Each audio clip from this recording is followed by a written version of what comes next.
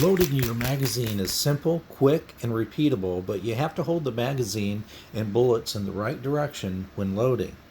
I'll demonstrate how to do this, but first let me show you step by step how to load the stripper clip into the magazine and exactly how to hold the magazine and bullets to ensure that you don't get failure to feeds due to the bullets not stacking. It's simple. Basically, your bullets need to be pointing down toward the top of the stripper clip as you insert it, like this. There is a notch that your stripper clip sets into right here. You'll insert it here, then bring the other end to the magazine, but very important, don't click it in yet. Just hold it in that position as you rotate the magazine around with the feed lips up. Click the stripper clip into the magazine by squeezing it. Rotate the magazine counterclockwise till it looks like this. Put the magazine almost flat with the front and the feed lips slightly elevated. Here, let me show you the angle that you want to hold it. This next part is very important, so please pay close attention. So I'm going to show you the end view. You'll be holding it slightly elevated in the front.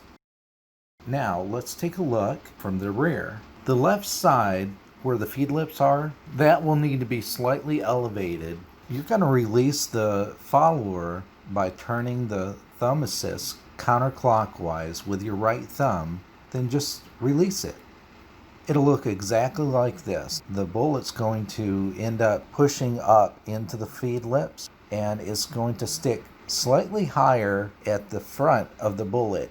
You're going to do a quick check to make sure the bullets are seated. While watching the thumb assist, simply push down slightly at the middle of the top round. Do not push on the bullet itself. When you push, the thumb assist is going to move with the bullet. If it doesn't, you'll need to remove the stripper clip and do this again. I'll show you in another tips video. Let's see this in action. Pretty quick, huh? I found the HC3r magazine allows me to focus on the end of the barrel instead of worrying about ammo. With a little bit of practice, you'll be ready to throw some lead down range.